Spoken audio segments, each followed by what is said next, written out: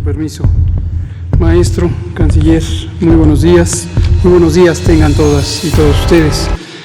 Comentamos con mucho gusto y con claridad la situación epidemiológica de COVID en México. En general, nos gusta siempre dejarlo claro, tanto al inicio como al final de las presentaciones, la epidemia sigue activa y es importante que no bajemos la guardia, que no reduzcamos nuestra conciencia del riesgo. Debemos mantener en México y en el mundo entero la conciencia de que esta epidemia sigue y, como hemos dicho desde el inicio, las predicciones en todo el mundo es que seguirá por un tiempo largo, con la esperanza de que al tener una vacuna o más de una vacuna que pudieran ser eficaces, en su momento efectivas, pudiéramos tener un control significativo a nivel mundial de esta epidemia. Hemos comentado también como contexto que en la región de Europa Occidental se vive en este momento un rebrote o un repunte después de que tuvieron una intensa transmisión al inicio de la epidemia, entre enero y el verano, más o menos en julio, donde hubo la mayor transmisión en Europa. Hubo un breve periodo de poca transmisión, poca dispersión del virus SARS-CoV-2, pero al menos desde agosto, en algunos casos, en algunos países desde julio, empezaron una intensa transmisión. Esto es en Europa principalmente.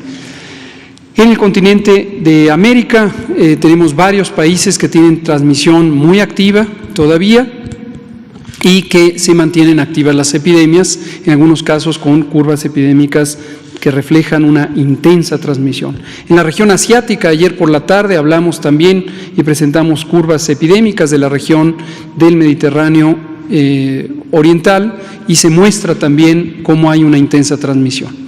En el caso de México tenemos todavía transmisión, pero tenemos una noticia alentadora que acumulamos ya 9 semanas consecutivas, 9 semanas consecutivas de disminución de la intensidad epidémica, y lo comentaré ahora mostrando los distintos indicadores que reflejan esto. Estamos en este momento posiblemente acumulando una 10ª semana consecutiva de disminución, en la medida en que en la semana 39 del año se muestra también que abre con una disminución del 6%. En este momento estamos en la semana 41 y, como es convencional en la vigilancia epidemiológica de México y del mundo, las últimas 2 semanas no se consideran estos datos, nosotros los observamos y los interpretamos, pero siempre hay una disminución que es hasta cierto punto artificial, en la medida en que el proceso de flujo de información desde las más de 26,000 unidades de salud, donde se identifican a los casos de enfermedad, se van integrando. Vamos a ver el informe técnico, es el que presentamos ayer por la tarde, y comentaré lo que ha explicado el doctor Alcocer sobre la dictaminación y la identificación de casos por asociación epidemiológica. Llevamos 128 días del proceso de nueva normalidad. Recordar qué quiere decir la nueva normalidad. La expresión de que es nueva significa que las prácticas que tenemos que tener en nuestra vida diaria tienen que estar siempre enmarcadas en la conciencia de este riesgo de transmisión y mantenernos en un desconfinamiento, un proceso de incorporación a las actividades en el espacio público, en el trabajo, en el transporte, en las plazas públicas, en el comercio, que sea ordenado, que sea cauteloso. Para eso, desde el 1 de junio, utilizamos el semáforo de riesgo COVID, con el que el Gobierno de México le comunica con una metodología estandarizada, trazable, rigurosa, técnica, científica, a las autoridades estatales de salud, que son los gobiernos estatales, le comunica cuál es el riesgo estimado de COVID. Y cada autoridad sanitaria estatal va disponiendo de medidas administrativas para este desconfinamiento. Y por lo tanto, todos los 32 gobiernos estatales tienen una responsabilidad de ir ejecutando estas acciones de una manera muy cuidadosa. Ya se ha visto éxito en la disminución de la transmisión y también compartimos, además del gusto de que la población de México es la protagonista principal al mantener apego a estas medidas de precaución, desde luego el reconocimiento a los 32 gobiernos estatales, quienes han tenido estas acciones muy juiciosas, muy cautelosas. Vamos a ver la primera imagen, es la curva epidémica. La curva epidémica, como a estas alturas esperamos la mayoría de quienes escuchan las conferencias lo tiene claro, es una representación visual de la ocurrencia de los casos de enfermedad a lo largo de varias semanas. En esta imagen concretamente es por semana y hemos puesto ya desde la primera semana del año. Notarán ustedes que anteriormente la poníamos a partir de la semana 10, que es la primera semana de marzo. No poníamos lo otro porque en esas primeras 9 semanas no habíamos tenido caso alguno de COVID-19 en México. Pero ahora estamos poniendo todo el trayecto desde la primera semana del año y hasta la semana 39 en lo que ven en esta imagen. Lo que vemos ahí es los 2 millones, más de 2 millones, son 2.007.202 casos que se suman, son personas que han tenido los síntomas de COVID, fiebre, tos, dolor de garganta, dolor de cabeza, malestar general, pérdida del olfato y del gusto y otros síntomas. Desde luego incluye a las personas que han tenido COVID grave, con neumonía, con hospitalización, y las personas que lamentablemente han perdido la vida. Ahora, se clasifican, como se puede ver por colores en la gráfica, los que están en color verde resultaron negativos, se les hicieron pruebas de laboratorio y no tuvieron indicaciones de que estuvieran infectados por el virus SARS-CoV-2. Los síntomas pueden ser causados por otras varias enfermedades respiratorias. Lo que está en la parte baja de la diapositiva, estas líneas de color ocre o marrón claro, son los casos que fueron confirmados directamente por laboratorio. Y ahorita hablaremos de las otras modalidades de confirmación. También, desafortunadamente, tenemos 81.877 personas que han perdido la vida a consecuencia de este virus letal que ha causado también en el mundo entero un importante incremento de la mortalidad.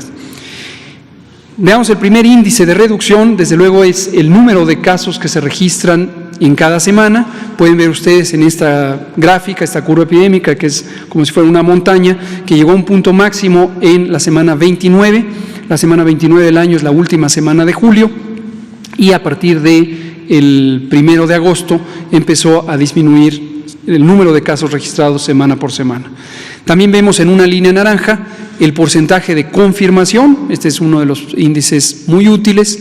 Esto quiere decir, de cada 100 personas que tienen las manifestaciones de COVID y que se les toma una muestra de secreciones respiratorias, de líquidos respiratorios, de nariz y garganta, para el diagnóstico por laboratorio, ¿cuántas resultaron positivas? En la semana 29, momento máximo de la transmisión en México, a finales de julio, teníamos 59% y a partir de ahí ha ido reduciendo. En la semana 39, hace 2 semanas, teníamos 38% y esto ha ido reduciendo progresivamente. Veamos la siguiente diapositiva, por favor. Lo que se ve aquí también en esta gráfica es la misma idea, es una gráfica que parece una montaña, se ve con mayor claridad en la línea azul claro los casos que han sido estimados como positivos. Tenemos a los que directamente se confirman por laboratorio y tenemos otros que tienen los síntomas de COVID-19 y asumimos que si se les hubiera tomado una muestra, 38%, casi 4 de cada 10, hubieran resultado positivos. Y los incorporamos a la estadística. ¿Por qué es importante eso?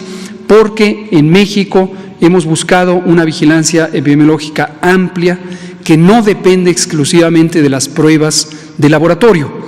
Por eso ha habido cierta inquietud en algún segmento de la población respecto al número de pruebas que se realizan en México y hemos indicado que tenemos una vigilancia epidemiológica que tiene 12 componentes técnicos que lo hemos explicado también varias veces en la conferencia de prensa técnica de la tarde, de las que ya llevamos 218 y hemos identificado puntualmente cuáles son estos componentes. Y uno de ellos es la vigilancia por laboratorio, pero no es desde luego el único. La señal que nos muestra esta gráfica es que existe esta reducción de 9 semanas consecutivas. En el cambio más reciente registrado, que es o reportado, anunciado aquí, que es entre la semana 38 y la 39, tenemos una reducción de 5%. Y así lo iremos siguiendo. Vemos en este recuadro verde que está en la diapositiva, que nos habla de los casos activos, 34.915 casos activos estimados, que representan 4% de todos los que se han acumulado y son los que ocurrieron en los últimos 15 días. También varias veces hemos comentado la importancia de tener claro la diferencia de los casos que se suman desde el inicio de la epidemia, tanto en México como en el mundo, respecto a los casos que están activos. Aunque es importante, con fines estadísticos y de entender la carga final de enfermedad que esta epidemia ha representado, y sumamos los casos desde el inicio, los que realmente están en este momento en capacidad de contagiar o que están sufriendo enfermedad son los casos activos. Desde luego, sin perder de vista que hay las personas que tuvieron enfermedad grave, que tienen periodos de recuperación más prolongados y que pudieran estar todavía hospitalizadas, hay varios que están hospitalizados, a pesar de que su inicio de enfermedad ya pasó de los 15 días. Pero en términos del riesgo de contagio, solamente los que ocurrieron en las últimas 2 semanas son los que tienen posibilidad de contagiar. Todos los demás, los de agosto, los de julio, los de junio, los de mayo, etcétera, desde el primero del caso que ocurrió el 28 de febrero, ya no son casos, ya son personas con historia de haber tenido COVID, pero que se han recuperado. En términos técnicos de epidemiología, incluso representan un elemento alentador en la medida en que las personas que se recuperaron, muy probablemente la gran mayoría, desarrollaron inmunidad. Inmunidad es la condición biológica, la condición de funcionamiento del organismo que nos permite resistir a una nueva infección. Ayer la Organización Mundial de la Salud reveló una cifra estimada de 10% de la población mundial. La población mundial tiene más de 7,000 millones de habitantes y reveló que 10% de ellas, 700 millones de habitantes del mundo entero, probablemente ya tuvieron exposición a COVID y se asume que la mayoría son inmunes. La importancia de esto es que entre más grande sea la cantidad de personas que tuvieron COVID y que afortunadamente no perdieron la vida, esto va a ayudar a que se detenga la epidemia. Ese es el efecto que se buscará en su momento cuando existan vacunas, que las personas tengan resistencia biológica, anticuerpos, respuesta celular, que les impida contagiarse. Vamos a ver ahora lo que comentaba ya el doctor Alcocer. Esto lo destacamos también. Hoy aparecen varias notas en primera plana, algunos periódicos de circulación nacional, que destacan este tema que tratamos ayer por la noche y ojalá que pueda quedar claro lo que explicamos ayer por la noche de cuántos casos nuevos hay, cuántos casos fatales o muertes ocurrieron en las últimas 24 horas y cuántas son producto de esta reclasificación. ¿Por qué es importante? Porque hoy nos llama la atención ver primeras planas que hablan de que tuvimos una cifra récord de mortalidad con más de 2.700 casos fatales, como si estos fueran los que ocurrieron entre el domingo 4 de octubre y el lunes 5 de octubre, es decir, ayer. No es así, lo puntualizamos ayer, no es así. Afortunadamente, no tuvimos esa cifra récord de muertes. Tuvimos lo que generalmente estamos teniendo, que ahorita está en promedio en unas 310 defunciones por día, todas y cada una de ellas muy lamentables, todas y cada una de ellas lamentables, pero afortunadamente en términos de la interpretación que se puede hacer técnica y científicamente sobre el curso de la epidemia, son cada vez menos por día. Son cada vez menos por día. Entonces no hubo del 4 de octubre al 5 de octubre, 2.700 defunciones en México. Lo que ocurrió es lo que explico a continuación. La vigilancia epidemiológica es un término técnico para referirse a cómo las autoridades sanitarias de los países y también de los estados vigilan una condición de salud que afecta a la población. Es un proceso técnico que está establecido por la Ley General de Salud, también por la norma oficial mexicana 017 de México. La norma especifica los lineamientos de vigilancia y por un conjunto amplio de lineamientos técnicos que se van actualizando periódicamente. Una inquietud que ha existido en el mundo entero es tener la mayor capacidad de detección oportuna de los casos. Para tener la capacidad de detección oportuna es importante utilizar los distintos mecanismos de detección de casos de enfermedad que puede haber, porque lo que interesa es no solamente observar lo que está ocurriendo, sino actuar sobre lo que está ocurriendo y lograr disminuir el tiempo de respuesta. Por ejemplo, el tiempo que tarda una persona enferma en acudir a atención médica y que se pueda hacer acciones médicas que permitan salvarle la vida. Hemos insistido en que las personas que tienen los síntomas de COVID, fiebre, tos, dolor de garganta, dolor de cabeza y otros, y que además tienen condiciones de riesgo, enfermedades crónicas, diabetes, obesidad, sobrepeso, tabaquismo, enfermedad pulmonar y cardíaca crónica, inmunosupresión, acudan pronto a los hospitales. También las personas que tienen 60 o más años de edad, acudan pronto, porque eso ayuda a poder hacer intervenciones que disminuyen la probabilidad de morir. También es importante detectar a las personas enfermas en su comunidad y para ello hay brigadas, hay grupos de trabajo técnico en las entidades federativas que dependen de las secretarías estatales de salud y que están realizando actividades de detección en comunidad. Y esta detección se basa en varios mecanismos. Uno de ellos es el realizar pruebas de laboratorio, pero otro muy importante es el entrevistar a las personas. Entonces, estos grupos de epidemiólogos de campo, como los conocemos, van casa por casa y dicen, ¿usted ha tenido aquí en la familia a alguien con estas características?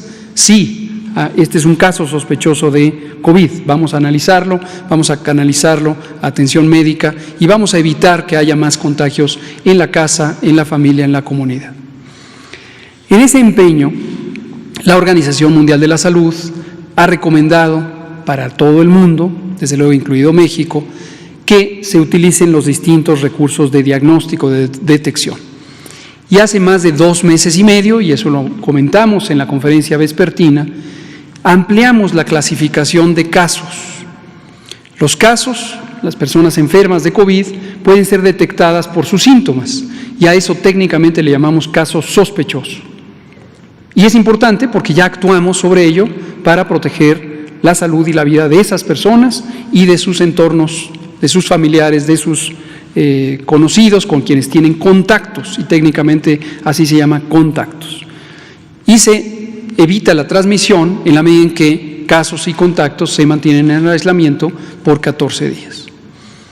Pero no tenemos una confirmación de que tengan el virus SARS-CoV-2. La podemos tener si se le toma una muestra de los líquidos respiratorios, se procesa en el laboratorio y el laboratorio nos dice existe el virus SARS-CoV-2. Pero eso es insuficiente, es importante ampliar a todas las otras posibilidades. Y aquí presentamos justo 2 de ellas. Una es el caso que se confirma por asociación epidemiológica. Parece un tema técnico, pero es importante que el público lo conozca. ¿Qué quiere decir eso? Si aquí está una persona que tiene fiebre, tos, dolor de garganta, dolor de cabeza, etcétera, los síntomas característicos de COVID, y por alguna razón, la que sea, no se le tomó una muestra para diagnóstico por laboratorio, pero cuando se le entrevista a la persona, tiene claro que estuvo en contacto, conviviendo con alguien que tuvo SARS-CoV-2, COVID-19, debemos considerar que esa persona también tiene COVID-19, aunque no existe evidencia por laboratorio, porque eso nos permite actuar más tempranamente. Como se ve en la diapositiva, está la definición de caso confirmado por asociación epidemiológica. Asociación epidemiológica es exactamente eso. Si existe la identificación del contacto con alguien que tuvo COVID-19. Esto, como dije, hace más de 2 meses y medio, ajustamos la definición operacional de caso para ampliar la capacidad de detección. Ese es el propósito. En México y en el mundo, muchos países lo hicieron en su momento. Entonces, ayer presentamos lo que se ve en la siguiente diapositiva y les pido atentamente prestar atención a la curva epidémica, que es una representación, lo mismo que estamos viendo, de los casos que han sido confirmados a lo largo de varias semanas. Cada una de esas columnas representa la suma de casos registrados o que ocurrieron en las distintas semanas. Y la gráfica empieza en la semana 1, el 1 de enero, y está hasta la semana 39. Vean ustedes la zona de color café claro o pálido, son los casos confirmados por laboratorio, a quienes se les hicieron muestras y salieron positivos al virus SARS-CoV-2.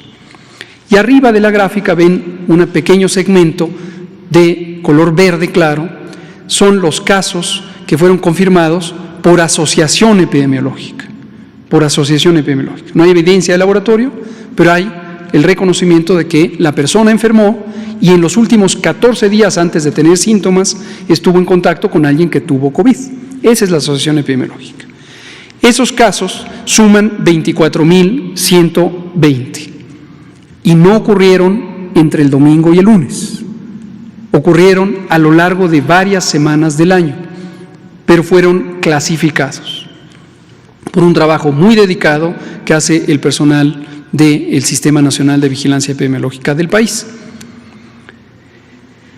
También, casi imperceptible aquí en forma visual, pero lo veremos en la siguiente gráfica, hay 578 casos, en su mayoría son casos fatales de funciones, que fueron clasificados por dictaminación. Y hemos hablado en la conferencia técnica también de la dictaminación. La dictaminación quiere decir una persona llegó con neumonía grave, con insuficiencia respiratoria y falleció, una o varias.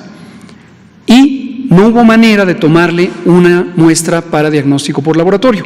Y esto hace varios meses era motivo de conversación y de columnas periodísticas y de primeras planas, lo recordarán. Y la inquietud es, no los están registrando a todos.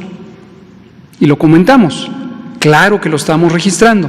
Desde el 10 de abril se estableció una guía técnica para el correcto llenado del certificado de defunción, en su momento lo presentamos, que requiere que la persona que llena el certificado de defunción, generalmente una persona del equipo médico, considere que si la persona que falleció tiene los síntomas característicos de COVID, debe considerarse como probablemente COVID. Entonces, las hemos estado registrando. Y venía después el proceso de dictaminación. Hay comités de vigilancia epidemiológica en los 32 entidades federativas, desde luego hay un comité nacional, y también en las 276 jurisdicciones sanitarias. Y ahí se hacen comités, son grupos de personas expertas, técnicamente dedicadas a esto, que revisan los expedientes y encuentran la evidencia para decir, hay datos de convicción de que la persona tuvo COVID-19. Veamos la siguiente diapositiva, que nos muestra el detalle, solamente de los que se agregan ahora. Teníamos los 765.082 casos confirmados por laboratorio, le agregamos ahora 24.120, que es lo que se ve ahora en detalle en las columnas verdes, que corresponden a la pequeña cresta que había en la otra diapositiva, y en las columnas de color magenta, 578. Se ve también por entidad federativa, que es esta gráfica, cómo se ha ido incorporando en la estadística las confirmaciones por dictaminación y por asociación epidemiológicas. Finalmente, este ejercicio técnico es convencional en la vigilancia epidemiológica del mundo entero, atiende a recomendaciones generales de organismos técnicos especializados en salud, como la Organización Mundial de la Salud, como la Organización Panamericana de la Salud. Este proceso en donde se adicionan casos que se presentaron en semanas anteriores ha ocurrido en varios países del mundo, en España, en Reino Unido, en Francia, en Italia.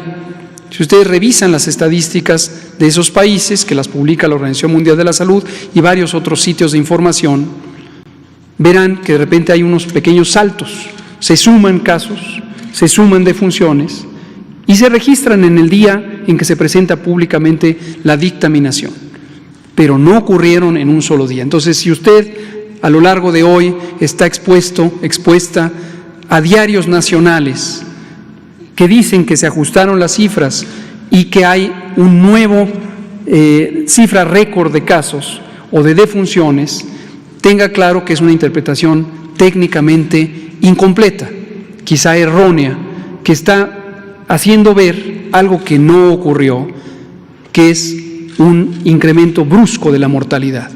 No ocurrió así. Lo que tenemos es una reclasificación que nos permite tener una estadística más robusta. Ahora, desde luego, y quiero dejarlo muy en claro, las personas que fallecieron, fallecieron. Y es triste, es lamentable, nos duele a todas y todos, así sea una sola persona que pierda la vida. Entonces, no confundir el esfuerzo técnico de tener claridad sobre lo que ocurre, que es el propósito que tenemos desde el principio, siguiendo recomendaciones científicas y técnicas, con el dolor humano que nos causa, así sea una sola defunción. Pero como indistintamente, a veces en los medios de comunicación y otras expresiones públicas, por ejemplo en las redes sociales, se mezclan estas dos ideas, queremos dejarlo muy en claro. Termino con la presentación de los dos indicadores de ocupación hospitalaria. En esta gráfica se puede ver que también ya bajamos un punto porcentual en la ocupación de camas de hospitalización que corresponden a personas que tienen infección respiratoria aguda grave, es decir, COVID y otras causas, y bajamos un punto porcentual. A nivel nacional tenemos 27%. Solamente el Estado de Nuevo León subió y ahora está en más del 50% de sus camas COVID ocupadas, pero en general el resto del país va a la baja. Y en el último indicador es el de camas destinadas a personas con infección respiratoria grave que están críticamente enfermos y requieren ventilación mecánica asistida, requieren lo equivalente a la terapia intensiva. 22%, bajamos también un punto porcentual respecto a la semana anterior. En síntesis, sigue la epidemia en México y en el mundo. En el mundo tenemos rebrotes amplios y grandes en varias regiones. En la medida en que la epidemia esté activa en cualquier parte del mundo, en todas las partes del mundo, existe el riesgo de que repunte. En México llevamos 9 semanas completas y estamos en el curso de la 10ª, en la que va disminuyendo todos los indicadores que reflejan la intensidad de la epidemia. Esto empezó a ocurrir desde la primera semana de agosto y, como advertimos también, con la llegada de la época invernal, el otoño y el invierno, es seguro que tenemos la temporada de influenza y es probable, es una predicción que se ha hecho en todos los países del mundo, que podríamos tener un repunte o rebrote. No se requiere haber terminado una epidemia para considerar un rebrote. Rebrote se considera simplemente cuando, en vez de disminuir, que es lo que está ocurriendo durante 9 semanas, pudiera cambiarse la tendencia y empezáramos a tener un aumento en el número diario o semanal de casos. Por lo tanto, hay que seguir con las precauciones, hay que seguir con un desconfinamiento ordenado, lento, guiado por la evidencia y mantener las precauciones generales, la sana distancia a 2 metros de todas las demás personas, usar el cubrebocas, en particular en espacios públicos cerrados, donde no es posible mantener la sana distancia, lavarnos las manos. Si tenemos síntomas, no salir a la vía pública, excepto que se trate de personas con alto riesgo de complicarse, mayores de 60 años de vida, con enfermedades crónicas, no se espere.